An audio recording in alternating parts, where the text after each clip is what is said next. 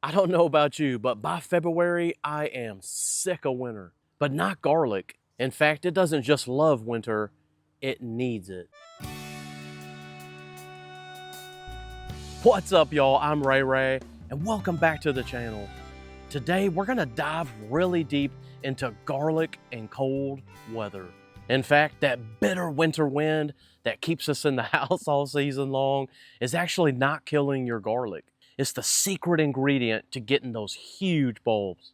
Today, we're breaking down why garlic depends on winter and what's secretly happening underground while it sleeps, and why hardneck and softneck garlic have totally different survival strategies.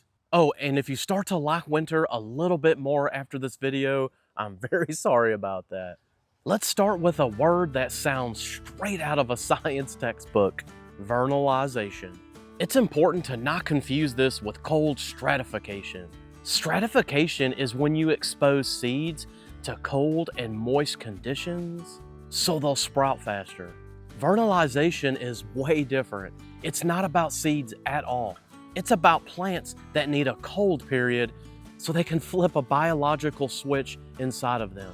After vernalization, your garlic can now respond to hormones, things like gibberellins, which help form its cloves. Garlic needs the cold to unlock its ability to reproduce properly. Without that cold, your garlic can't multiply into different cloves. Instead, you get these little one clove things that some people call rounds. Are they edible? Yes. Desirable? No way. It's like expecting an entire pizza and getting one breadstick. Now that we understand vernalization, let's talk about the two main types of garlic: hardneck and softneck, and they definitely do not play by the same rules. Hardneck garlic, the kind that sends up those really cool curly scapes in the spring, absolutely needs a winter.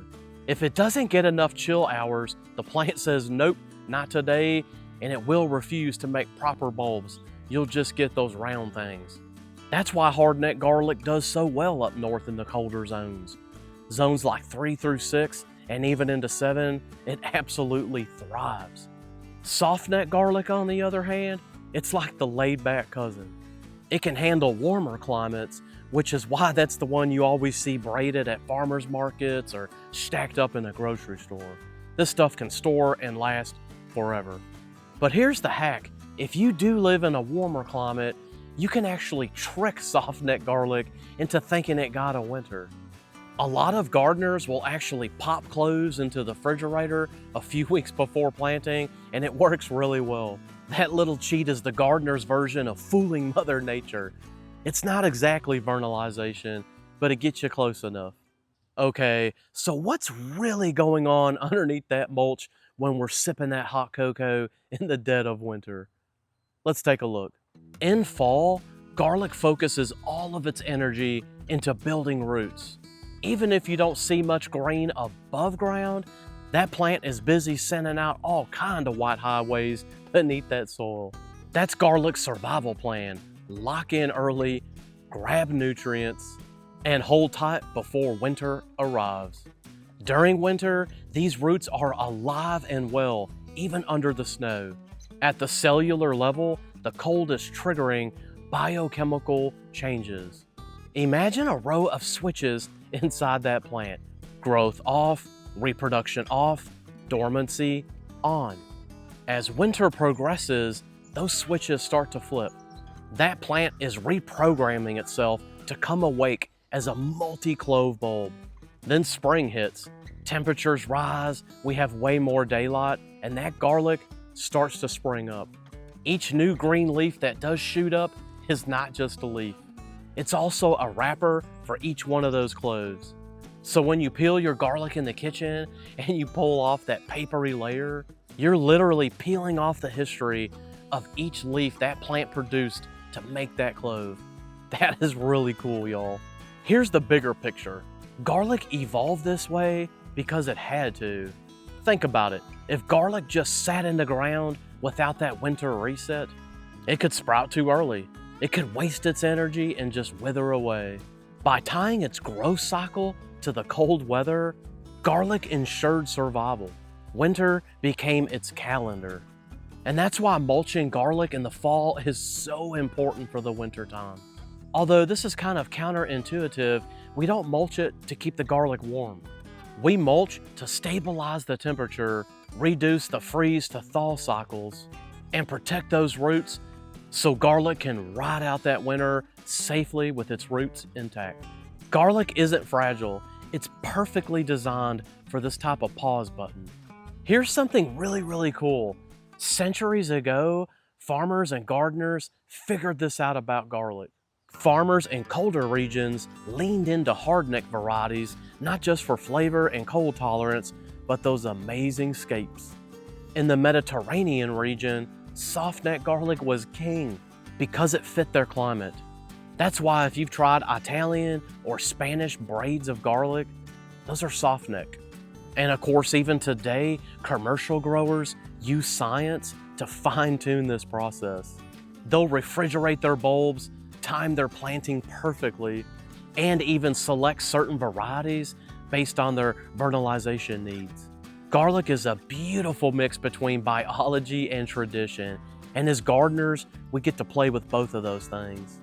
Let's do a little quick myth busting before we wrap things up. You can plant garlic whenever you want, even deep into late fall. False, absolutely not. Planting it too late robs it of its precious chill hours and root development time. Plant it at the right time, y'all. Skipping mulch because that's just a blanket anyway. No, it's not just a blanket or insulation. It's about stability. You can grow any type of garlic anywhere you want. No, absolutely not. The right plant in the right place. In fact, for garlic, it's really broken into hardneck versus softneck. Go check out my How to Grow Garlic video if you want a deeper dive. But wherever you live, make sure you grow the right stuff. Hold on, y'all. Before we wrap things up, we may have a problem here. I filmed this video about 2 weeks ago, and I'm just now editing it. Today is October 2nd, and it's supposed to be somewhere in the low 80s today. And it's not getting cooler anytime soon. In fact, through Saturday or Sunday, it's supposed to be up in the mid to even upper 80s. If you've watched my garlic videos, you know that we're gonna have a lot of green growth through the fall, through Thanksgiving, maybe even through December. And that's totally normal. Winter kills everything off. It goes to sleep, vernalization happens, and then we end up in spring. Vernalization is all about cold time. So when the cold actually starts and when it gets into spring and it ends, that's really not the important part. The important part is what's in the middle, and that is those chill hours. Well, I really don't think our problem is actually a problem. It's just Mother Nature being different from season to season and year to year, and that's totally fine. Mother Nature absolutely knows what she's doing. We're still gonna plant on October 18th, so hey, let's get back to this video and wrap things up. So the next time you walk out to your snow-covered garlic bed in the deep of winter, remember that those bulbs are not just surviving, they're transforming. That cold is literally what makes garlic, garlic. I hope this deep dive was helpful understanding the science of cold and garlic. I've got my How to Grow Garlic linked at the end of this, so go check it out. But before you leave, subscribe to the channel if you haven't already. Give this video a thumbs up, and we'll catch you next time. Ray out.